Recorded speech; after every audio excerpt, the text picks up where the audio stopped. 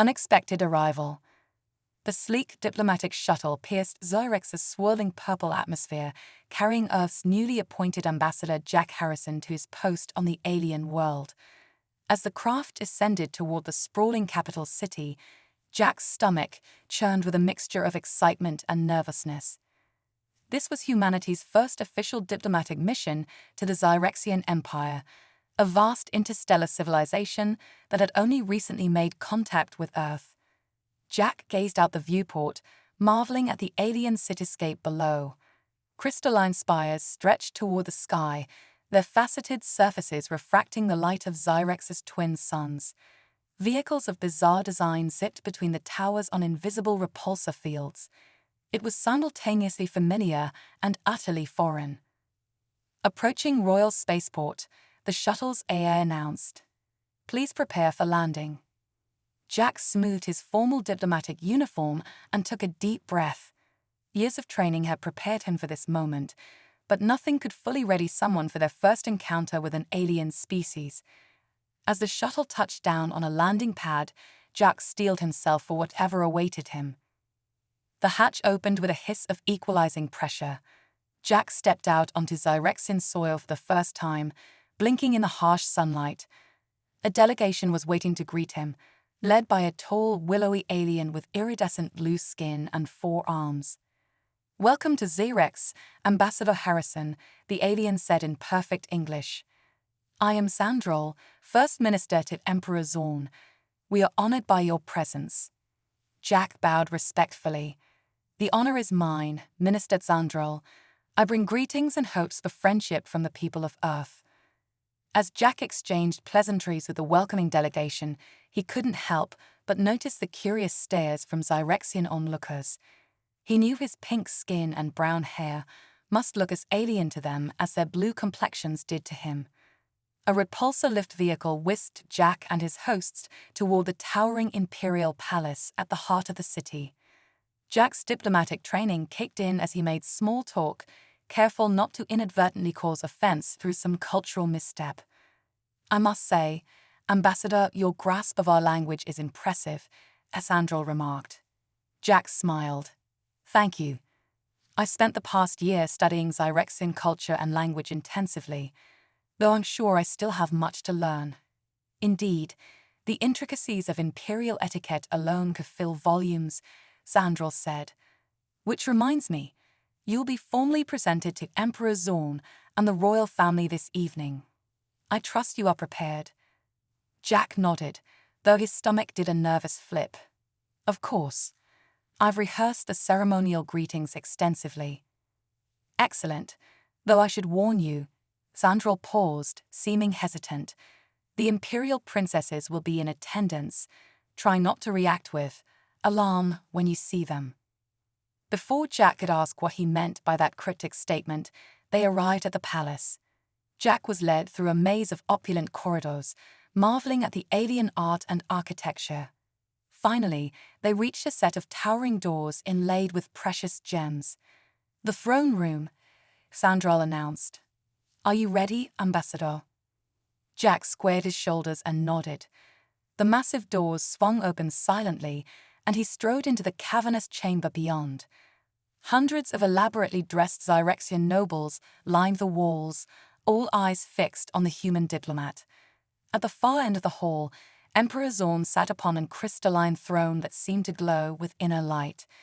The Emperor was a truly imposing figure, easily 9 feet tall, with 4 pairs of arms and skin that shimmered with all the colors of the rainbow.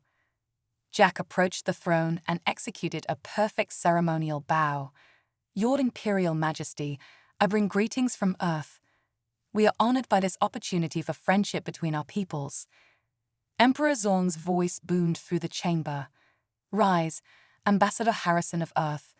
We welcome you to our empire and look forward to a prosperous relationship between our civilizations." As Jack straightened, he noticed 4 figures standing to the Emperor's right. His eyes widened as he realized these must be the imperial princesses Xandrol had mentioned. Jack's diplomatic mask nearly slipped as he beheld the alien women. Their skin was a vibrant emerald green, with delicate scaling that caught the light. Slender tentacles cascaded from their heads like hair. Most strikingly, each princess had 4 eyes, 2 large ones where a human's eyes would be, and 2 smaller ones above. To Jack's human sensibilities, the princesses were breathtakingly beautiful in an exotic, alien way. But he suddenly understood Xandril's warning as he noticed the poorly concealed looks of revulsion on the faces of the Zyrexian courtiers. Clearly, the princesses were considered hideously ugly by their own people's standards of beauty. Jack recovered quickly, bowing to the princesses. "Your Highnesses, it is my honor to meet you." The youngest princess stepped forward, her 4 eyes studying Jack curiously. "The honor is ours, Ambassador. I am Princess Sira. These are my sisters, Naya, Lyra, and Vela. We hope you will find your stay on Zyrex pleasant." "I'm sure it will be fascinating," Jack replied with a warm smile. He was surprised to see a tinge of deeper green color the princess's cheeks. Was she blushing? The rest of the audience passed in a blur of ceremonial exchanges and formal introductions. Soon, Jack found himself being ushered out of the throne room and toward his diplomatic quarters. His head was spinning as he tried to process everything he'd seen and heard. As they walked, Xandril leaned close to Jack. "You handled that remarkably well, Ambassador. Many off-worlders react quite poorly when first encountering the princesses." Jack frowned. "I don't understand. The princesses seemed lovely to me. Why would anyone react badly?" Xandril gave Jack an appraising look. "Fascinating. It seems human aesthetic preferences are quite different from our own. You truly found them attractive." "Well, yes," Jack admitted. "They're quite beautiful by human standards, actually. I take it that's not the case for Zyrexians." "That is an understatement," Xandril said delicately. "The princess's appearance is considered grotesque by our people. It is seen as a great tragedy and political liability for the royal bloodline." Jack was stunned. How could such gorgeous creatures be seen as ugly? He realized he had stumbled into a cultural minefield he'd need to navigate very carefully. Little did Jack know, his honest appreciation for the princess's beauty had already set wheels in motion that would change the course of 2 civilizations. In her private chambers, Princess Zero was excitedly telling her sisters about the handsome alien diplomat who had looked at her with admiration instead of disgust. In a shadowy corner of the palace, a group of scheming senators whispered about the threat this human outsider could pose to their plans. And deep in his private laboratory, the royal scientist was having an intriguing idea about the genetic compatibility of humans and Zyrexians. Jack Harrison had come to Zyrex hoping to forge a friendship between worlds. He would end up altering the fate of an empire. Forbidden attraction. As the twin suns of Zyrex set, casting a kaleidoscope of colors across the crystalline spires of the capital, Jack Harrison found himself unable to sleep. His mind kept drifting back to the 4 emerald-skinned princesses he had met earlier that day. Their exotic beauty had captivated him, despite the clear revulsion they inspired in their own people. A chime at his door startled Jack from his reverie. He opened it to find Princess Sira standing in the corridor, her 4 eyes darting nervously. "Ambassador Harrison," she said softly, "I hope I'm not disturbing you. I wondered if we might speak privately." Jack's heart raced as he invited her in. "Of course, Your Highness. And please call me Jack." Zira glided into the room, her movements graceful despite her obvious nervousness. "Jack," she said, testing the name. "It's a pleasant sound. You may call me Zira if you wish." As they sat on the plush alien furniture, Jack couldn't help but admire Zira's otherworldly beauty. Her emerald skin seemed to shimmer in the low light, and her tentacle-like hair moved subtly of its own accord. "I must admit," Zira began, "I was intrigued by your reaction to my sisters and me earlier. You didn't seem repulsed." Jack leaned forward, his voice earnest. "Repulsed? Quite the opposite. Where I come from, you'd be considered stunningly beautiful." Zira's cheeks flushed a deeper green.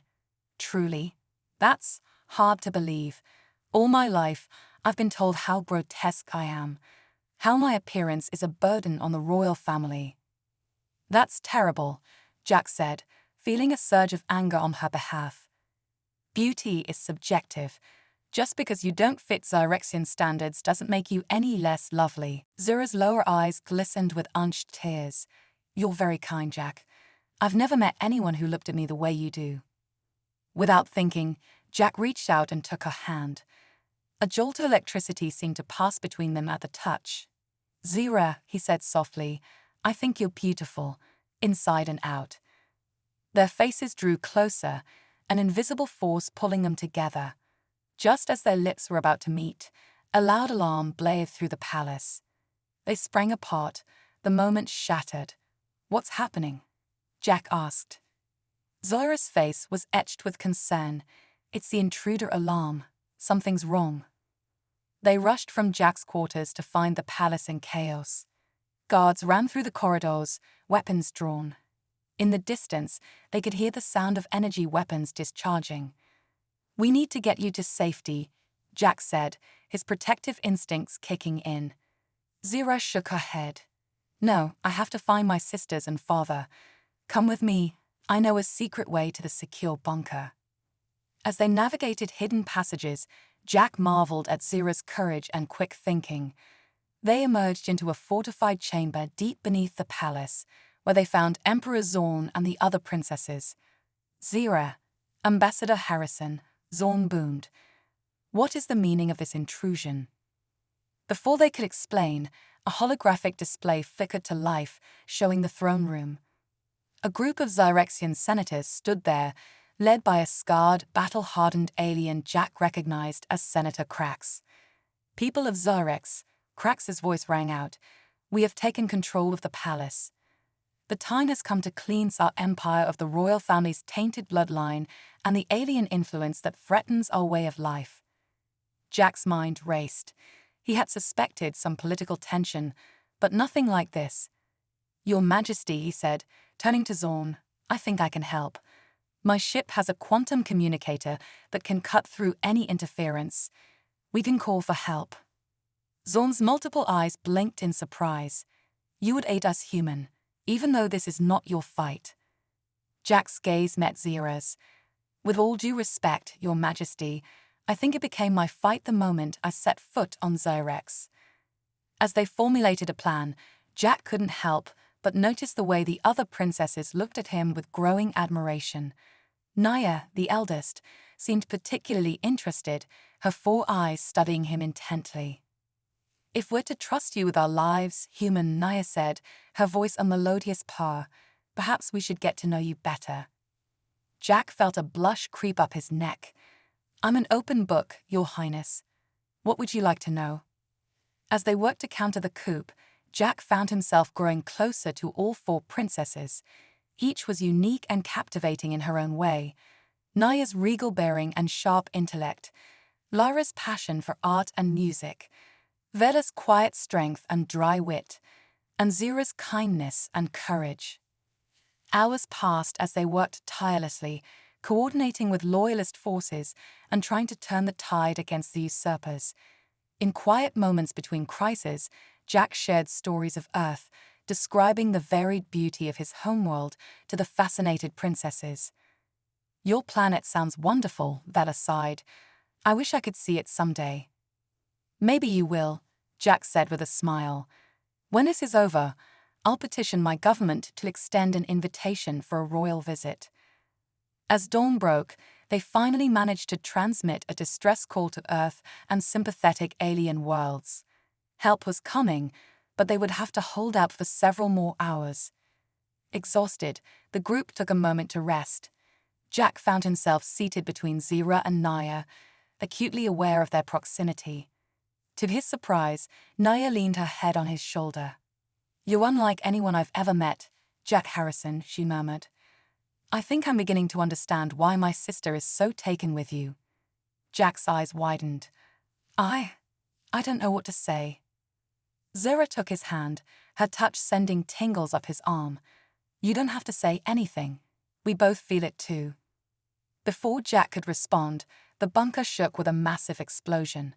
Alarms blared as cracks appeared in the ceiling. They've breached the outer defenses. Emperor Zorn shouted, "We must evacuate."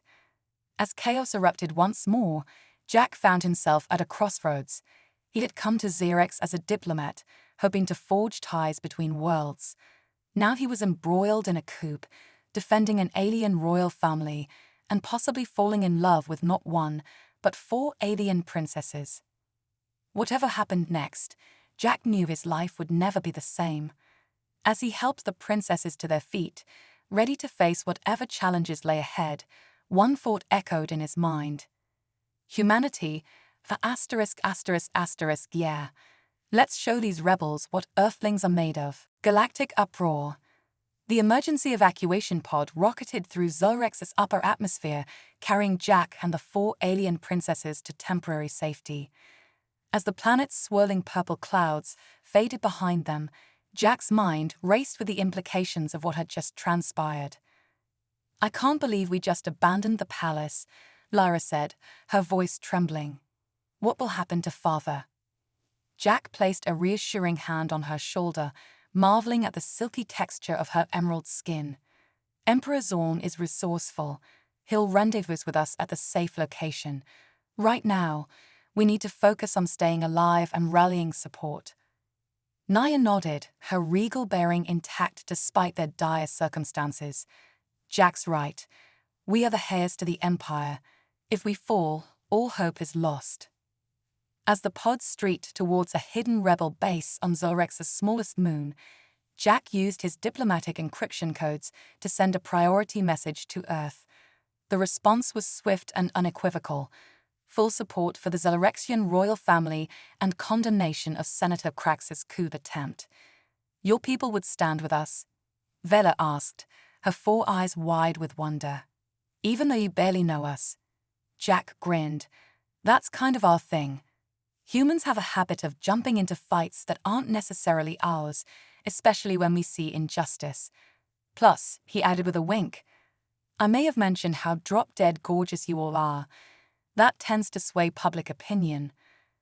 The princesses giggled, the tension momentarily broken. But as they approached the lunar base, a new complication arose. The pod's communication system crackled to life, broadcasting a message across all frequencies. Senator Krax's scarred face filled the view screen, his expression a mixture of rage and triumph. "People of the Xerexian Empire, hear me. The corrupt reign of Emperor Zorn has ended, but an even greater threat has emerged. The human ambassador has kidnapped our beloved princesses." Jack's jaw dropped. "What? That's insane." But Krax wasn't finished. "We have evidence that this alien interloper intends to defile our royal bloodline, impregnating the princesses with his foreign seed. This perversion cannot stand. All loyal Xerexians are ordered to apprehend the human and return the princesses to proper care immediately." As the transmission cut off, a stunned silence fell over the pod. Jack's face burned with embarrassment. "I swear, we didn't." Zyra placed a gentle hand on his arm. "We know, Jack. Krax is twisting the truth to suit his agenda." Naya's eyes narrowed dangerously. "Though I must admit, the idea isn't entirely without appeal." "Naya," Lyra gasped, her scales flushing a deeper green. "Oh please," Naya scoffed, "as if you haven't all been thinking it. We've spent our lives being told we're too hideous to ever find mates. Now we've met someone who finds us beautiful and treats us with genuine kindness and respect. Is it so wrong to consider the possibilities?" Jack's mind reeled. Were all 4 princesses actually attracted to him? The idea was simultaneously thrilling and terrifying. "Look," he said, trying to regain some semblance of diplomatic professionalism, "we can deal with personal matters later. Right now, we need to focus on countering Krax's propaganda and rallying support for your father." But as they landed at the rebel base and were greeted by a ragtag group of loyalist soldiers and officials, it became clear that Krax's message had already done severe damage. Murmurs and suspicious glances followed Jack everywhere he went. Even those loyal to the royal family seemed unsure what to make of the human in their midst. Over the next few days, Jack worked tirelessly alongside the princesses to coordinate their resistance efforts. They broadcast their own messages, telling the true story of Crax's coup and refuting his wild accusations. Slowly but surely, they began to turn the tide of public opinion. But with each passing hour, the undeniable attraction between Jack and the four princesses grew stronger. They worked closely together, sharing meals and quiet moments between strategy sessions. Jack found himself falling for each of them in different ways: Zira's compassion, Naya's strength, Lyra's creativity, and Vela's wisdom. One evening, as they pored over tactical displays, Jack felt a soft touch on his hand. He looked up to see all four princesses gazing at him intently. "Jack," Zira said softly, "we've been talking. About us. About you." Jack's heart raced. "Oh." Naya stepped forward, her voice firm.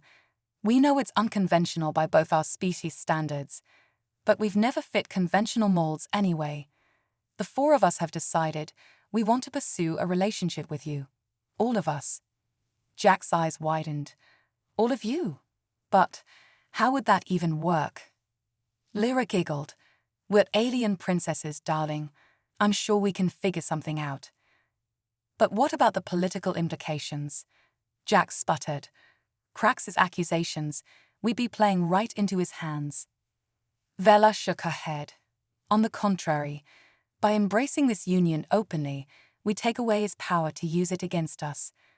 We show our people that interspecies cooperation is a way forward, not something to be feared."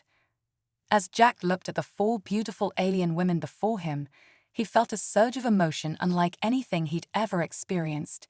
It was crazy, unprecedented, and would undoubtedly cause a galactic uproar. But in that moment, he knew there was only one answer he could give. "Well then," he said with a grin, "I guess humans aren't the only ones who can say yeah to crazy, world-changing ideas. Let's show the galaxy what love and acceptance really look like." The princesses' joyful laughter filled the room as they embraced Jack and each other. But their celebration was cut short by a frantic aide bursting into the room. "Your Highnesses, Ambassador, we're receiving a transmission. It's Emperor Zorn. He's alive, and he's calling for an emergency session of the Galactic Senate." As they rushed to the communications center, Jack's mind spun with the implications. The stage was set for a showdown that would determine the fate of not just Xyrex, but potentially the entire galaxy. And at the center of it all was a most unconventional love story that was about to shock billions of beings across the cosmos. Humanity had come to the stars hoping to make new friends. Instead, they might just rewrite the very nature of galactic society. All because one human diplomat dared to see beauty where others saw only flaws. The galaxy would never be the same again. Cosmic confrontation. The Galactic Senate Chamber was a marvel of alien architecture, a vast amphitheater suspended in the void of space. Representatives from 1,000 worlds filled the floating platforms, their varied forms a testament to the diversity of life in the universe. At the center of it all stood Jack Harrison, the four Zyrexian princesses by his side, facing down the furious glare of Senator Crax and his supporters. Emperor Zorn's holographic form towered above them all, his multifaceted eyes gleaming with determination. "Esteemed colleagues," his voice boomed, "we stand at a crossroads. The future of not just Xyrex, but our entire galactic community hangs in the balance." Jack squeezed Zira's hand, drawing strength from her presence. The past week had been a whirlwind of political maneuvering, daring escapes, and yes, the blossoming of a most unusual romance. Now it all came down to this moment. "The human lies." Crax snarled, pointing an accusing finger at Jack. "He has bewitched our princesses, polluted their minds with his alien influence. We must purge this corruption from our empire before it spreads." Murmurs rippled through the gathered senators. Jack could see the uncertainty in many of their eyes. It was time to take a stand. "Distinguished representatives of the galaxy," Jack began, his voice clear and strong. "I came to Xyrex as a diplomat, hoping to forge bonds of friendship between our worlds. What I found instead was a society crippled by outdated notions of beauty and worth. He gestured to the princesses. These remarkable women were deemed ugly, unworthy of love, simply because they didn't conform to arbitrary standards. But where their own people saw only flaws, I saw strength, intelligence, and yes, beauty. Preposterous, a Zyrexian senator shouted. You expect us to believe you genuinely find these aberrations attractive? Jack's eyes flashed with anger. I don't just find them attractive, I love them. All 4 of them, and they love me. A scandalized gasp echoed through the chamber. Jack plowed on, his voice rising with passion. Yes, it's unconventional. Yes, it challenges everything you thought you knew about interspecies relations. But isn't that the point of coming together as a galactic community? To learn from each other, to grow beyond our limited perspectives. He turned, meeting the gaze of each princess in turn. Zura taught me the true meaning of compassion. Noya showed me unbreakable strength in the face of adversity. Laura opened my eyes to new forms of art and beauty. And Vela's wisdom has guided us through our darkest hours. Jack faced a senate again, his chin held high. I stand before you not just as a human or as a diplomat, but as a man in love.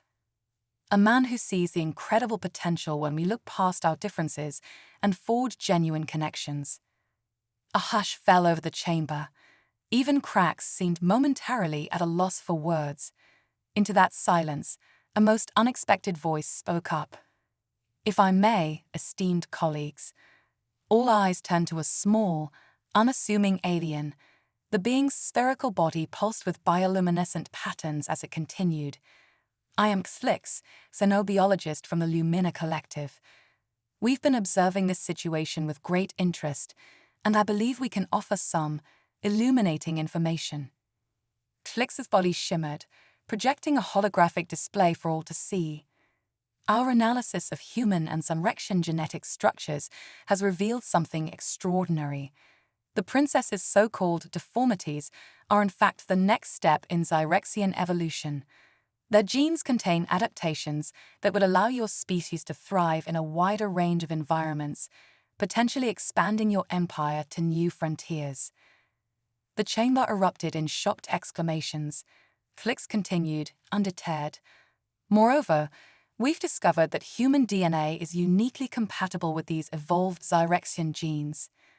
A union between Ambassador Harrison and the princesses could produce offspring of unprecedented genetic diversity and potential. Senator Krax's face contorted with rage. Lies. All lies. I will not stand by while aliens and traitors destroy everything we've built. With a roar, Krax drew a concealed weapon, aiming it at Jack and the princesses. Time seemed to slow as the energy blast lanced towards them. But Jack was faster. Years of playing virtual reality games back on Earth had honed his reflexes to a razor's edge. He dove, tackling the princesses to the ground as the blast sizzled overhead. Chaos erupted in the Senate chamber. Krax's supporters clashed with loyalist guards. Senators scrambled for cover or fled in their personal shuttles. Through it all, Jack and the princesses fought side by side, their movements perfectly in sync, as if they'd been partners for years. Zora's tentacle-like hair lashed out, disarming her attacker. Naya's 4 eyes spotted flanking enemies, calling out warnings. Lara's voice hit frequencies that shorted out enemy weapons. Vela's strategic mind guided them through the melee. And at the center of it all was Jack, Earth's improbable hero, using every trick and skill he picked up from a lifetime of sci-fi fandom to keep them alive. As the dust settled, Krax found himself surrounded, his coup in tatters. The majority of the Senate, seeing the truth of Jack's words and the princess's worth, rallied behind Emperor Zorn. It's over, Krax, Zorn's hologram boomed. Your narrow-minded bigotry has no place in the future of our empire. Krax snarled, defiant to the end. You're signing the death warrant of our species, old fool. Mixing our royal blood with that. Jack stepped forward, his voice level. No, Krax. We're ushering in a new era of unity and progress. Your way is a path to stagnation and death. It's time to evolve. As Krax was led away in restraints, Jack turned to find all 4 princesses gazing at him with unabashed adoration. Zura spoke for them all, our hero. Jack grinned, pulling them into a group embrace. Hey, I'm just a guy from Earth who believes in fighting for what's right, and for who he loves. Emperor Zorn's chuckle filled the chamber. Well spoken, my boy. It seems the future of our empire, and perhaps the galaxy itself, is in good hands. Or should I say, in good tentacles. As laughter and cheers echoed through the Senate, Jack kissed each of his alien loves in turn. Somehow, improbably, this crazy scheme had worked. Humanity had made its mark on the galactic stage not through force of arms, but through the power of love and acceptance. The story of the human diplomat and his 4 alien princess brides would be told across the cosmos for generations to come. It was a tale of breaking boundaries, of seeing beauty where others saw only flaws, of forging a future brighter than anyone had dared to dream. And as news of the events in the Galactic Senate spread, a phrase began to ripple across the stars, repeated in countless alien languages. Humanity. Yeah. Cosmic legacy. 20 years had passed since the fateful day in the Galactic Senate that changed the course of history.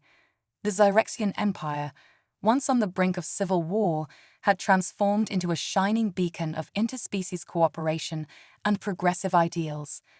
At the heart of this transformation stood an unlikely family, a human diplomat and his 4 Zyrexian wives. Jack Harrison, now sporting a few distinguished grey streaks in his hair, stood on the balcony of the Imperial Palace, gazing out at the glittering cityscape of New Harmony, the reborn Zyrexian capital. Behind him, the sounds of laughter and playful bickering filled the air as his numerous children prepared for a momentous occasion. Dad. Zara stole my quantum fluctuator again. A lanky teenage boy with green-tinged skin and 4 eyes stormed onto the balcony, his face a perfect blend of human and Zyrexian features. Jack chuckled, turning to face his son. Xander, you know your sister's just trying to get a rise out of you. Why did you use that big brain of yours to build a better one? Xander's skull melted into a mischievous grin. Already on it. I'm thinking of incorporating some Arcturian phase shift technology this time. That's my boy, Jack said proudly, ruffling Xander's tentacle-like hair. Just try not to blow up half the palace like last time, okay? As Xander dashed off, already deep in thought about his next invention, Zira glided onto the balcony. Even after 2 decades and multiple children, she was as stunningly beautiful as the day Jack first laid eyes on her. Our little genius causing trouble again?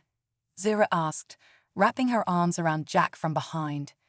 Jack leaned into her embrace, marveling at how perfectly they fit together despite their alien physiologies. You know how he is. Probably gets it from Naya's side of the family. Zara laughed, a sound that still sent shivers down Jack's spine. Oh please, we both know he inherited that mischievous streak from you. Their moment of peace was interrupted by a commotion from inside. Mom, Dad, come quick, their daughter Lyra's voice called out. The Galactic News Network is doing a special report on us. Jack and Zira exchanged a look of amused resignation. Even after all these years, their family remained a subject of fascination across the cosmos. They made their way to the grand living area, where the rest of their eclectic brood had gathered around a holographic display. Naya sat regally in her favorite chair, their youngest daughter curled up in her lap. Vela was attempting to wrangle their rambunctious twins, who seemed more interested in practicing low-gravity acrobatics than watching the news. Lyra, the artistic one of the bunch, was already sketching the scene before her. The holographic image flickered to life, showing a diverse panel of alien beings seated around a glowing table. The host, a shimmering energy being, spoke in a voice that seemed to resonate on multiple frequencies simultaneously. 20 years ago, the galaxy was rocked by what many called the Harrison Affair, a human diplomat, 4 alien princesses, and a love that defied all conventional wisdom. Today, we look at the lasting impact of this unprecedented union. The screen filled with images of Jack and his 4 wives over the years, their wedding ceremony, the birth of their first child, diplomatic missions to far-flung worlds. The genetic compatibility discovered between humans and evolved Xerexians opened up new frontiers in xenobiology, a tentacled scientist explained. The Harrison children represent a leap forward in galactic evolution, possessing strengths from both species while exhibiting unique adaptations all their own. Jack couldn't help but beam with pride as the camera panned over images of his children's accomplishments. Santa's revolutionary work in quantum mechanics, Lyra's soul-stirring art that bridged the gap between species, Zora's diplomatic skills that had already averted 3 interstellar conflicts. But beyond the scientific implications, the energy-being host continued. The Harrison family sparked a cultural revolution. Mixed-species relationships, once taboo, have become increasingly common and accepted. The screen showed clips of other human-alien couples, some with children of their own. Jack felt a lump form in his throat as he realized the true scope of what they had set in motion. Moreover, the Xerexian Empire's embrace of diversity has led to unprecedented economic and technological growth.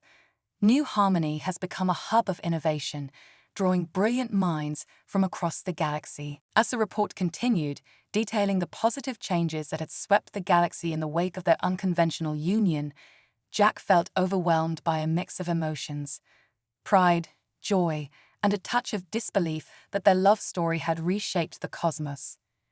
Of course, not all react positively to these changes, the host acknowledged.